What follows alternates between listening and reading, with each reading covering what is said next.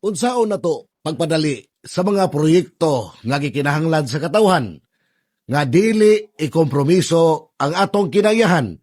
Mao kini ang tubag nga gipakita sa kagamahanang probinsyal sa Bohol ubo sa liderato ni Gobernador Enrico Aris Aumentado. Dili na bag-o ang reklamo nga ang maayong mga proyekto kanunay mastak sa dugay nga proseso sa mga papilis. Ilabi na sa pagkuha sa Environmental Compliance Certificate kon ECC o uban pang mga clearances para sa kinayahan.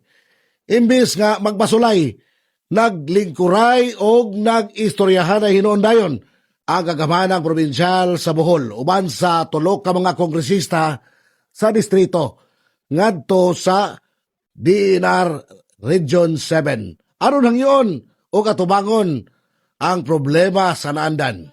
Gibansay o gipauswag na usab ang trabaho sa Senro o EMB.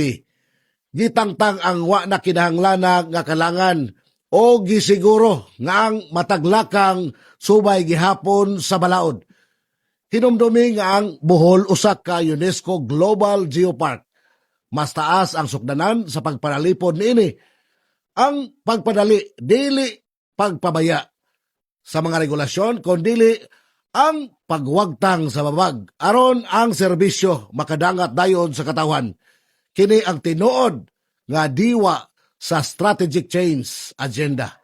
Paghimo sa gobyerno nga mas aptik, mas epesyente o mas responsable kon magpadayon kini nga panag-uban ang Bohol mamahimong sulundon sa tibuok nasod. Nga kalambuan o ang pagpanalipos kinayahan, kinahanglang dili magkaatbang, kon dili magtinabangay. Kini ang inyong firing line sa kahanginan. Arnel Bakalan, ang inyong komentarista. On the dot. Dot TV is a proud member of Philippine Press Club Incorporated.